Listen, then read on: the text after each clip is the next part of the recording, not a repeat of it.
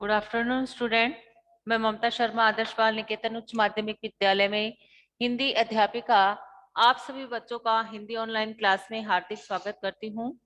Student, आज हम अपनी पाठ्य पुस्तक वसंत भाग 3 से पाठ 1 का दोबारा अध्ययन करेंगे, जिसका नाम है ध्वनि, जो कविता है अपनी, और इसके लेखक हैं सूर्यकांत त्रिपाठी निराला।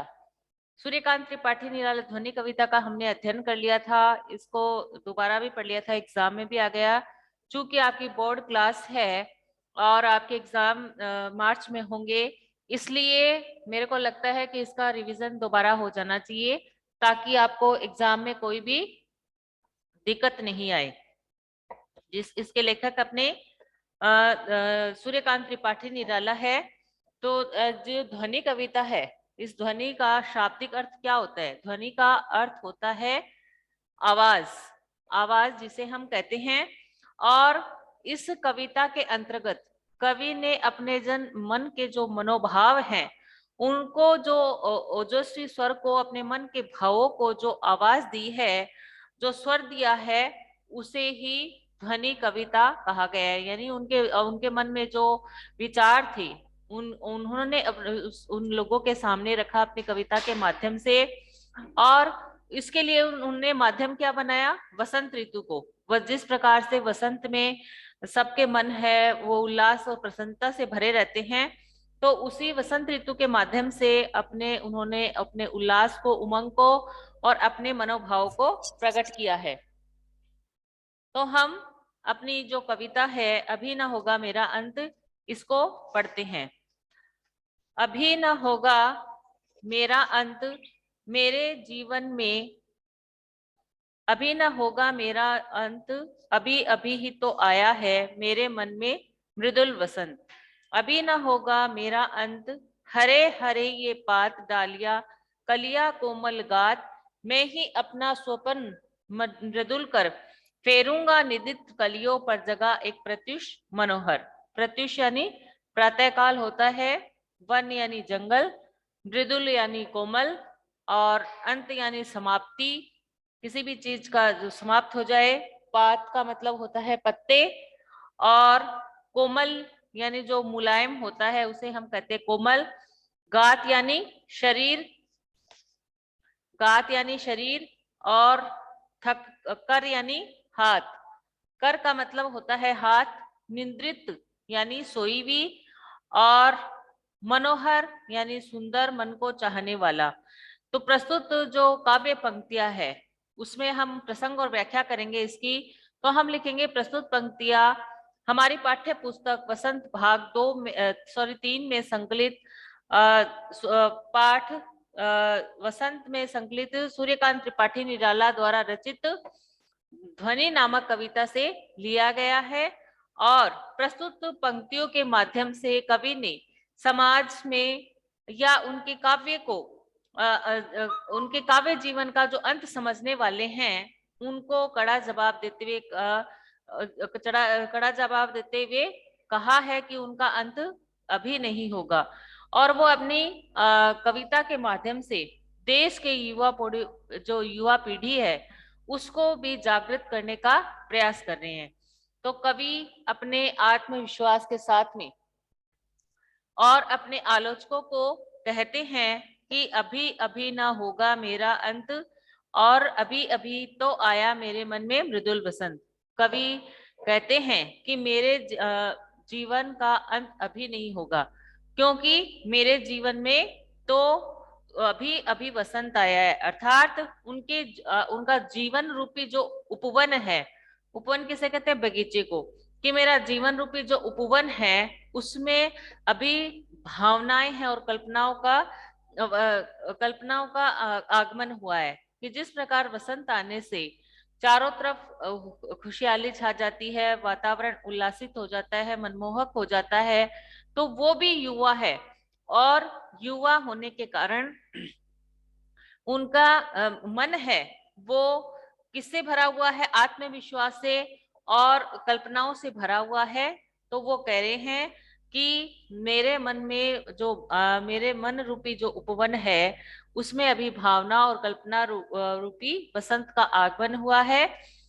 मेरे मन में मृदुल से अभी न होगा मेरा अंत, कि इसलिए मेरा अंत है वो अभी नहीं हो सकता।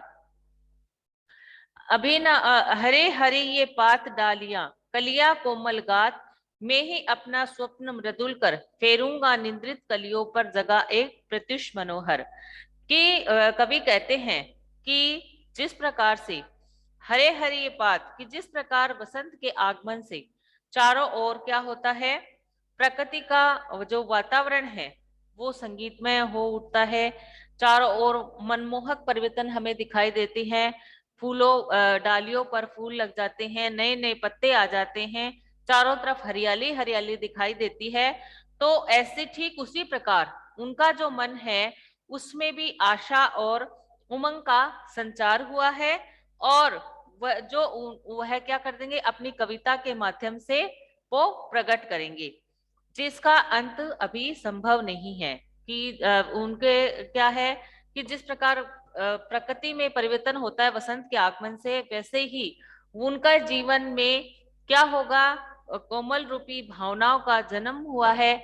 और वो अपनी कविता के माध्यम से वो क्या करेंगे, उन अपने विचारों को समाज के सामने लाएंगे, इसलिए उनका अंत अभी नहीं हो सकता। मैं ही अपना स्वप्न मृदुल कर फेरूंगा निद्रित कलियों पर जगा एक प्रत्युष मनोहर। कि कवि कहते हैं कि कि मैं क्या करूंगा, कि आलस्य और निद्रा में जो खोए हुए हैं या जो अपने पथ से भटके हुए हैं, यानी अपने रास्ते से अलग चल रहे हैं, उन युवाओं को वो प्रेरित करेंगे।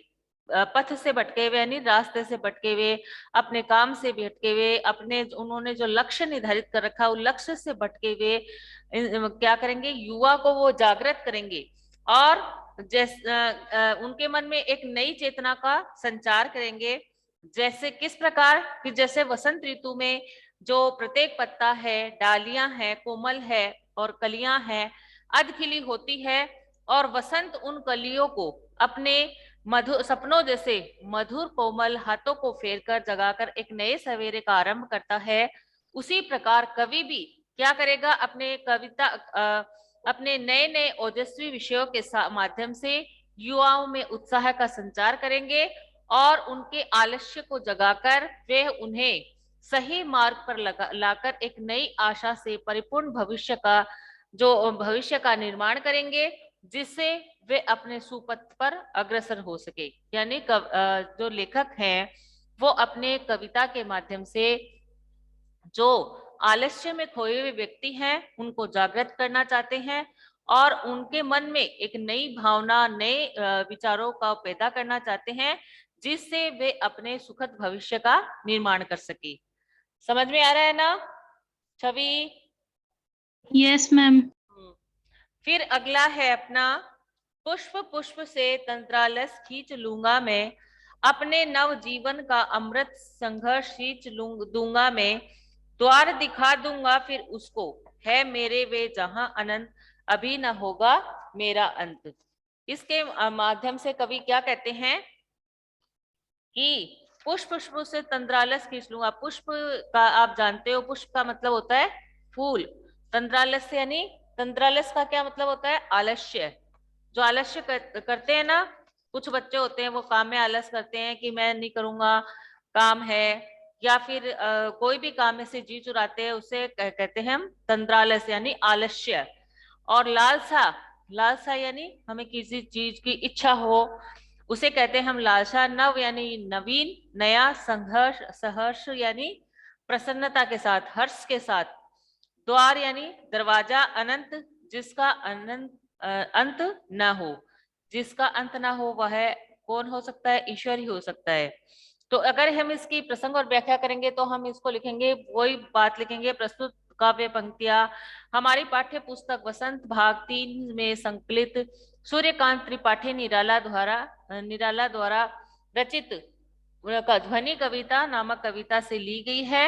और इसमें उपयुक्त पंक्तियों में कवि युवाओं के आलस्य को दूर करके उनमें नव चेतना का संचार करने की बात कही है। कवि कहते हैं कि जिसे वसंत है कि वसंत बंद कलियों में आलस्य खींचकर उन्हें खिला देता है और उन्हें अपना अमृत डालकर नव जीवन का संचार करता है। वसंत आता है तब क्या रहते हैं, फूल जो पेड़ पौधे होते हैं वसंत आने से पूर्व बहुत अधिक ठंड रहती है। उस टाइम क्या रहता है कि पेड़ पौधे हैं वो मुरझा जाते हैं, उनमें ऐसे लगता है जैसे आलस्य से ये क्या हो एक जगह पड़े हुए। तो वो तो कवि उसी वसंत को माध्यम बना के कहता है कि जैसे वसंत है वो बंद कलियों के आलस्य को खींचकर, उन्होंने इसको क्या बताया आलस्य, कि आलस्य को खींचकर और उनमें अपना अमृत रस डालकर उसमें नव जीवन का संचार करते हैं। उसी प्रकार कवि भी क्या करेगा, वह भी युवाओं में आलस्य की भावना को दूर करेगा और उनके जीवन को आशा और उत्साह का, उनके जीवन में आशा और उत्साह का संचार करेगा। वह अपनी कविता के माध्यम से अनंत परमात्मा तक पहुंचने का मार्ग दिखाएगा। वह अपनी कविता के द्वारा अनंत परमात्मा तक पहुंचने का मार्ग दिखाएगा, क्योंकि कवि को ऐसा विश्वास है कि अभी वह बहुत समय तक अपनी रचनाओं से समाज का मार्गदर्शन करता रहेगा। कि ऐसे अभी मेरा अंत है वो अभी नहीं होगा, क्योंकि अभी बहुत समय है जिससे मैं अपनी रचनाएं लिखूंगा, अपनी कविताएं लिखूंगा और उन कविता के माध्यम से युवाओं में एक नए उत्साह का संचार करूंगा। इसलिए कवि सूर्यकांत त्रिपाठी निराला कहते हैं कि उनके जीवन का अंत अभी नहीं होगा, कि मेरे जीवन का अंत अभी नहीं होगा, क्योंकि मुझे देश की जो युवा पीढ़ी है उनको जागृत करना है और देश को आगे बढ़ाने में उनको योगदान दिलवाना है। इसलिए कवि कहते हैं कि मेरे जीवन का अंत अभी नहीं होगा। इसको हम अगर अपनी भाषा में और भी बढ़ा के लिखें तो आप इसको और लिख सकते हैं कि कवि अपनी कविता के माध्यम से युवाओं में एक नए उत्साह का, एक नई उमंग का संचार करना चाहते हैं और उनको अपनी कविता के माध्यम से देश के एक ऐसे अनेक जो बलिदानी हुए हैं उनके बारे में, उनको उनके कार्य द्वारा, उन्होंने जो कार्य करके गए हैं उनके कार्य के द्वारा प्रेरणा देकर उनमें नव जीवन का संचार करना चाहते हैं, उनमें नई भावनाओं को भरना चाहते हैं, ताकि वे भी अपने जो देश के लिए बलिदान हुए हैं, जो राष्ट्रभक्त हुए हैं, जो शहीद हैं, उनसे प्रेरणा लेकर देश को आगे बढ़ाने में अपना संपूर्ण योगदान दे। इसको हम ऐसे भी कर सकते हैं और भी अगर हम लिखना चाहे तो। इसके अब देखिए हम प्रश्नोत्तर देखते हैं कि छोटे छोटे प्रश्न जो अपनी कविता में से ही बन रहे हैं वह देखिए कि कवि कविता के में जीवन के प्रति क्या व्यक्त करता है। कौन बताएगा इसको? तृप्ति, तृप्ति, कवि कविता में जीवन के प्रति क्या व्यक्त करता है? अंकित? मैडम मैं बताऊंगा। हाँ बताओ। ऋषि, ऋषिकेश? Yes madam. हाँ बताओ बेटा। Yes ma'am. हाँ बता भी ऋषि। मैडम एक बार क्वेश्चन रिपीट करना प्लीज। कवि कविता के में जीवन के प्रति क्या व्यक्त करता है? कवि जीवन के प्रति ये व्यक्त करता है कि अब मेरा अभी नहीं होगा, अभी अभी मैं आया हूँ, अभी मेरे जीवन में वसंत आया हुआ है। तो इसके इतना ही आता है मतलब मैडम। हाँ, तो उसका मतलब बेटा उनकी क्या हो गई, उनके जीवन के प्रति आस्था हो गई ना, और दृढ़ विश्वास हो गया उनको। दृढ़ विश्वास किसे कहते हैं यस हम अपन? मैडम। कि हम किसी भी चीज का निश्चय कर ले कि नहीं मुझे ये काम करना ही है, वो अपना क्या होता है, दृढ़ निश्चय होता है कि मैंने ये कर लिया। तो कवि ने कभी जीवन के प्रति क्या कर ली, अपनी आस्था और दृढ़ विश्वास को व्यक्त करता है उसको, है ना। फिर है कविता में ध्वनि शब्द का प्रयोग किसके लिए किया गया है? कविता में जो ध्वनि देखो मैंने इसको बताया था आपका ध्वनि का अर्थ क्या होता है, उस बात को आप समझकर इसका अर्थ बताइए मुझे इस बात का कि कविता में ध्वनि शब्द का प्रयोग किसके लिए किया गया है? किसके लिए किया गया है? कविता में ध्वनि शब्द का प्रयोग किसके लिए किया गया है? अरे कविता में ध्वनि शब्द का प्रयोग कवि की अंतर्मन की पुकार के लिए किया गया है ना, क्योंकि ध्वनि का क्या अर्थ होता है? आवाज होता है। तो ये आवाज है कविता के माध्यम से कवि तो कर रहे हैं, सूर्यकांत त्रिपाठी निराला है, वो अपने मन की भावनाओं को ही तो व्यक्त कर रहे हैं। तो ये सूर्यकांत त्रिपाठी निराला की जो अंतर्मन की जो आवाज है उसके लिए प्रयोग किया गया है कविता में। कविता में ध्वनि शब्द का प्रयोग कवि की अंतर्मन की पुकार के लिए किया गया है। आप याद रखो कि ध्वनि का अर्थ क्या होता है? आवाज होता है। और इसमें किसकी आवाज है? कविता के में कविता में सूर्यकांत त्रिपाठी निराले की खुद की भावनाएं है ना, कि मैं इस प्रकार से अपने जीवन का अंत नभी नहीं होने दूंगा। तो ये उनके अंतर्मन की पुकार है। तो यह जो ध्वनि शब्द का प्रयोग है वो कविता में कवि की अंतर्मन की पुकार के लिए किया गया है। फिर है, कवि ने किसके माध्यम से आत्माभिव्यक्ति की है? कवि ने जो ये कविता की रचना की है इसमें किसकी आत्माभिव्यक्ति की है? किसके माध्यम से? माध्यम किसको बनाया है उन्होंने? मैम वसंत के माध्यम से। हाँ, वेरी गुड। उन्होंने हर बात को वसंत से जोड़ा है ना, कि जिस प्रकार वसंत आने से चारों तरफ हरियाली छा जाती है, वातावरण उल्लास उमंग से भर जाता है, उसी प्रकार मेरे जीवन का अंत भी नहीं होगा। तो उन्होंने किसको माध्यम बनाया? वसंत को। अनंत से मिलन से क्या अभिप्राय है? अनंत से मिलन से क्या अभिप्राय है? मनन, अनंत से मिलन से क्या अभिप्राय क्या है? अनंत मैंने बताया जिसका अंत ना हो, तो किसका नहीं हो सकता? उस परमात्मा ईश्वर का से है। यहाँ मतलब कि एक दिन मनुष्य शरीर है, ये नाशवान है, इसका नाश होगा। तो अनंत मिलन यानी जिसका अंत नहीं हो सकता, तो वो कौन हो सकते हैं? वो ईश्वर ही है। तो यहाँ अनंत मिलन से अभिप्राय उस अदृश्य परमात्मा के मिलन से है ना। अदृश्य जो हमें दिखाई नहीं देते, अदृश्य रहते ना, हम ये जानते हैं कि ईश्वर है, भगवान है, लेकिन वो हमारे सामने नहीं आते।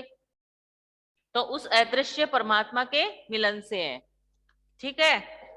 फिर है, कवि प्रकृति को किस रूप में देखना चाहते हैं? कवि प्रकृति को किस रूप में देखना चाहते हैं? कौन बताएगा? भूमिका, भूमिका। Yes ma'am. कवि कविता में प्रकृति को किस रूप में देखना चाहते हैं? कवि प्रकृति को आलस्य को छोड़कर एकदम ऊर्जावान देखना चाहते हैं। वे कलियों से आलस्य निकालकर उन्हें पुष्पित और आभावान बनाना चाहते हैं। कवि है प्रकृति को हरा भरा देखना चाहते हैं और सुंदर देखना चाहते हैं, प्राणवान देखना चाहते हैं और आशावान देखना चाहते हैं। क्यों? क्योंकि जब प्रकृति हरी भरी रहेगी, चारों तरफ उत्साह का वातावरण रहेगा, आशा का रहेगा, तो एक नव जीवन का संचार होगा उससे। क्योंकि प्रकृति यदि हरी भरी रहती है तभी तो मनुष्य है, उसको लाभ होता है। मनुष्य हम प्रकृति में ही रहकर प्रकृति की चीजों को खाकर, फल है, फल है, अन्न है, इनका हम उपभोग करते हैं, इनको खाते हैं, तभी हम जीवित रहते हैं। तो प्रकृति हरी भरी रहेगी तभी मनुष्य रहेगा। तो कवि है वो प्रकृति को हरा भरा देखना चाहता है और उमंग से परिपूर्ण देखना चाहता है और आशावान देता है। कभी भी मनुष्य को निराश ना होने की प्रेरणा देना चाहता है कि आशावान होना चाहिए, सभी को आशा रखनी चाहिए। फिर है, कवि के जीवन में किसका प्रवेश हुआ है? कवि के जीवन में किसका प्रवेश हुआ है? वसंत का। हाँ, वसंत रूपी उत्साह और उमंग का प्रवेश हुआ है। फिर है ध्वनि कविता में कवि के किस दृष्टिकोण का ज्ञान होता है? इसमें कवि का दृष्टिकोण कैसा है? मैम मैं आशावादी। बताऊं? हाँ आशावादी आशा और दृष्टिकोण। उमंग। हाँ, आशावादी और उमंग का है। आशावादी तो है ही वो, तभी तो वो कह रहे हैं कि मेरे जीवन का अंत नहीं होगा। इसका मतलब उन्हें आशा है अपने जीवन से कि उनके जीवन का अंत अभी नहीं हो सकता। तो आशावादी दृष्टिकोण व्यक्त हुआ है। कवि पुष्पों को सहर्ष किससे सींचना चाहता है? कवि पुष्पों को, आप देखिए कविता में, कवि पुष्पों को सहर्ष किससे सींचना चाहता है? तंद्र आलस्य से। कवि पुष्पों को अपने नवजीवन के अमृत से, नवजीवन के अमृत से, मैं द्वार दिखा दूंगा, कवि पुष्पों को नवजीवन के अमृत से सहर्ष सींचना चाहते हैं। सहर्ष का मतलब हर्ष के साथ। अच्छा ये बता दिए, छोटा सा प्रश्न है, एकदम से समझ में आने वाला, कि ध्वनि कविता में कवि की क्या इच्छा है? ये अपनी जो ध्वनि कविता दी गई है सूर्यकांत त्रिपाठी निराला ने, इसमें उनकी क्या इच्छा है? मैम मैं बताऊं? युवाओं लोगों में से वो आलस्य निकाल दे और पुष्पों में से वो लालसा खींच लूंगा। और छवि, आप छवि बता रही थी कि मैडम को चाहते हैं कि सब कुछ एकदम नया हो जाए हाँ। उनके जीवन में। अभी नया वसंत आया ही है, और जो भी नींद में पड़े युवक है, यानी जिनमें भी आलस है, उनमें आलस्य का संचार ना हो अभी, और उनसे आलस्य खींचना चाहते हैं वो। कवि पुष्प रूपी नवयुवकों से क्या करना चाहते हैं? आलस्य है उनमें, निराशा है, उनसे दूर करना चाहते हैं। पुष्प से तंद्रालस खींच लूंगा मैं, यानी जिस प्रकार वसंत आने से जो पुष्प है वो ऐसे लगते जैसे बंद हुए थे, अब उनमें नव जीवन का संचार हो गया है, वैसे ही कवि पुष्प रूपी नवयुवकों से आलस्य, उनमें जो आलस्य है, निराशा है, उनको वो क्या कर लेना चाहते हैं? दूर कर देना चाहते हैं। अच्छा चलो, बहुत ही इजी प्रश्न है कि वसंत के आने पर पेड़ पौधों में क्या परिवर्तन दिखाई देने लगता है? वसंत के आने पर हरियाली। मनन आप बताओ।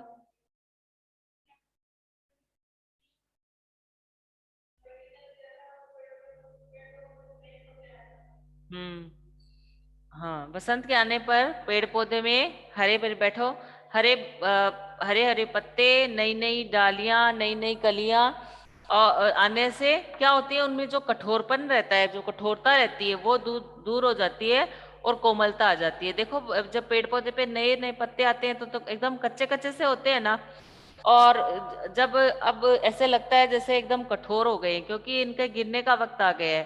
अब वसंत आएगा तो वसंत में एकदम चारों तरफ हरियाली छा जाएगी। अब आने वाला है ना वसंत।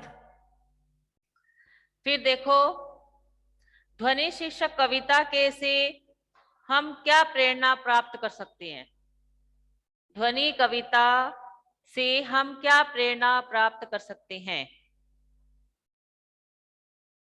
मैम मैं बताऊं? बताओ बेटा।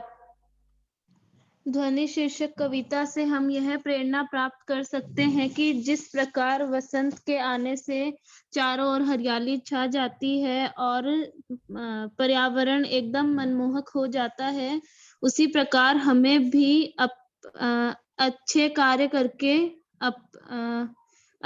करके अपना जो भविष्य है उसे उज्जवल बनाना चाहिए।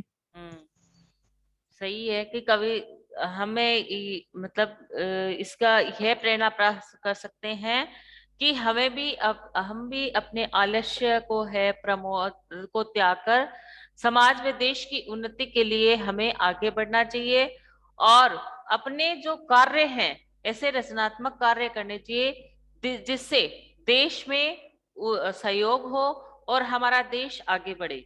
उस ऐसे रचनात्मक कार्य हमें करने चाहिए और देश को आगे बढ़ाने का प्रयास करना चाहिए।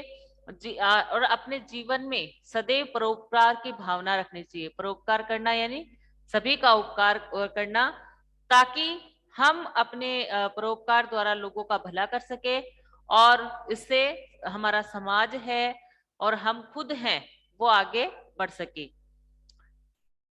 फिर ध्वनि कविता के माध्यम से मिलता ही है, ऐसे क्या प्रेरणा प्राप्त कर सकते हैं?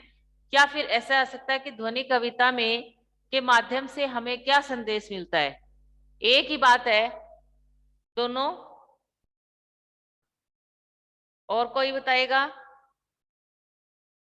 अभी अभी जो बात हुई थी वही वाला प्रश्न इसको ऐसे घुमा के दे दिया कि ध्वनि कविता के माध्यम से क्या संदेश प्राप्त होता है या फिर हम क्या प्रेरणा प्राप्त कर सकते हैं। प्रश्न वही है, घुमा के ऐसे पूछा गया है। बताएगा कोई? अंकित, अंकित यस मैम।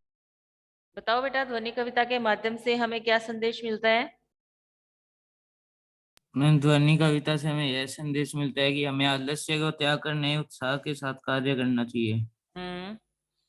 और इसमें मान लो ये 3 नंबर का प्रश्न है, तो आप इसको उदाहरण द्वारा कैसे स्पष्ट करोगे? क्या उदाहरण दोगे आप?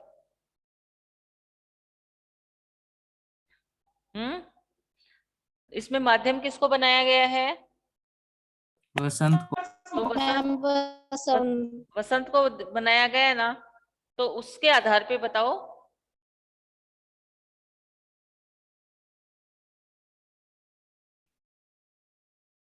नहीं आया क्या?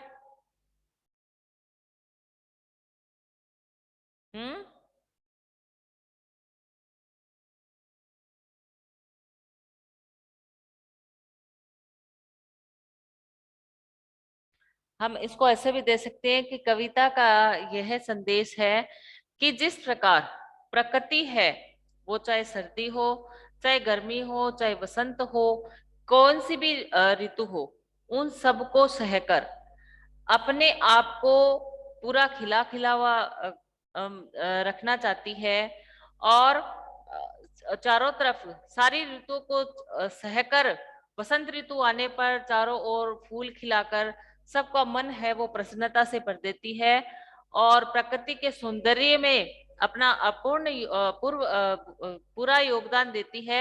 उसी प्रकार जो हमारे नवयुवक हैं, हमारे जो युवा पीढ़ी है, उनको भी क्या करना चाहिए? राष्ट्र और समाज की उन्नति हेतु अपने अच्छे कार्यों से योगदान देना चाहिए। वसंत को ऋतुराज क्यों कहा जाता है? वसंत को ऋतुराज क्यों कहा जाता है? मैं बताऊं ये वाला? हाँ बताओ। वसंत को ऋतुराज इसलिए कहा जाता है क्योंकि ये सभी ऋतुओं का राजा होता है। इस ऋतु के आने पर सर्दी कम हो जाती है और मौसम सुहावना हो जाता है। इस समय पंच तत्व अपना प्रकोप छोड़कर सुहावने रूप में प्रकट होते हैं और इस ऋतु में कई प्रमुख त्योहार भी मनाए जाते हैं। हाँ, जैसे होली, महाशिवरात्रि, वसंत पंचमी। हाँ सही है एकदम, इसीलिए वसंत को ऋतुराज कहा जाता है। फिर अपन कि कवि ने अपने जीवन की तुलना वसंत से क्यों की है? कवि ने अपने जीवन की तुलना वसंत से क्यों की है? और क्यों ऋतु से क्यों नहीं करी, केवल वसंत से क्यों करी है? मैम मैं बताऊं कि मैम वसंत जब आता है तो वातावरण एकदम खुशी से भरा हुआ रहता है और हर तरफ एकदम हंसी खुशी का वातावरण रहता है, इसलिए उसने भी अपने जीवन में खुशी और आशा का प्रारूप मानकर अपने जीवन की तुलना वसंत से की है।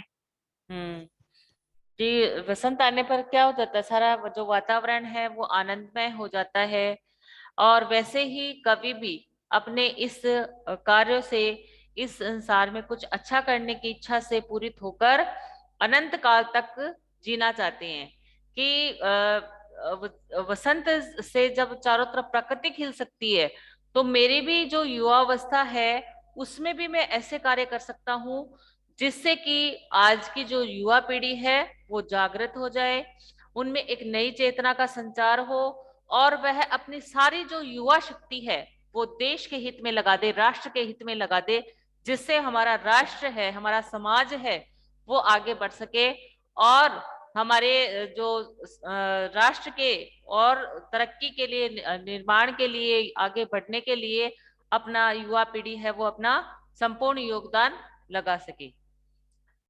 फिर है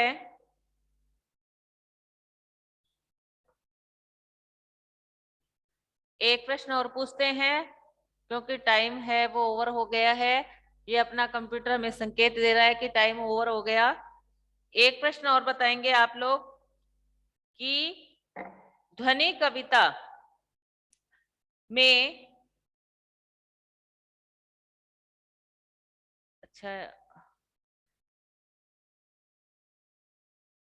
हाँ, ध्वनि कविता में कवि की आशावादी भावना किस प्रकार प्रकट हुई है? ध्वनि कविता में कवि की आशावादी भावना किस प्रकार प्रकट हुई है? कौन बताएगा इसको? मैम मुझे आता है ये वाला। बताओ तो आप। ध्वनि कविता मैम में कवि की आशावादी भावना किस प्रकार प्रकट हुई है? ध्वनि कविता में कवि की आशावादी भावना वसंत ऋतु का विस्तार करके प्रकट हुई है कि जिस प्रकार वसंत ऋतु के जिस प्रकार उन्होंने अपनी कविता में बताया कि उनका अंत अभी नहीं होगा, इससे उनकी आशावादी भावना भी प्रकट हुई है। हाँ, कि जी उन्होंने बताया कि उनके जीवन में अभी अभी तो वसंत आया है, यानी उनका अंत है वो अभी नहीं हो सकता। इस जो इन पंक्तियों में मेरे जीवन का अभी अंत नहीं हुआ, उनके इन भावों में उनकी ये आशा छिपी है कि वे अपने जीवन से आशा है, उमंग है, उत्साह है, ऊर्जा, उल्लास महसूस कर रहे हैं और उसके माध्यम से ही वो समाज में जो कार्य करना चाहते हैं वो करेंगे और अपने अनेक कार्य से समाज को आगे बढ़ाएंगे। तो स्टूडेंट, आज हमारे क्लास का टाइम है वो ओवर हो गया है। अब हम अगले जो गुरुवार को एक नए विषय के साथ, एक नए चैप्टर के साथ मिलेंगे। आप अपनी तैयारी है वो जारी रखिए। आशा है आप लोगों की जो कक्षाएं हैं वो 11 तारीख से संचालित हो जाएगी रेगुलर, और आपकी एग्जाम है वो मार्च में निश्चित है। इसलिए आप बैठ के अपना टाइम बिल्कुल भी बर्बाद न करें। रोज नियम बना ले कि मुझे एक चैप्टर कंप्लीट करना ही है। इतने ज्यादा चैप्टर नहीं है, इससे आपकी तैयारी हो जाएगी। पूरा चैप्टर कंप्लीट पढ़िए, जिसके आपके छोटे छोटे प्रश्नोत्तर हैं वो भी हल हो जाएंगे। पठित गद्यांश, काव्यांश है वो भी पढ़िए, ग्रामर भी देखिए, तो आपको फिर मार्च में कोई दिक्कत आएगी नहीं, क्योंकि सिर्फ अपने पास 28 दिन बचेंगे अपनी तैयारी के लिए। इसलिए बिल्कुल भी आलस न करें, आलस को त्याग कर और अपनी पढ़ाई है वो जारी रखें। Thank you, have a nice day.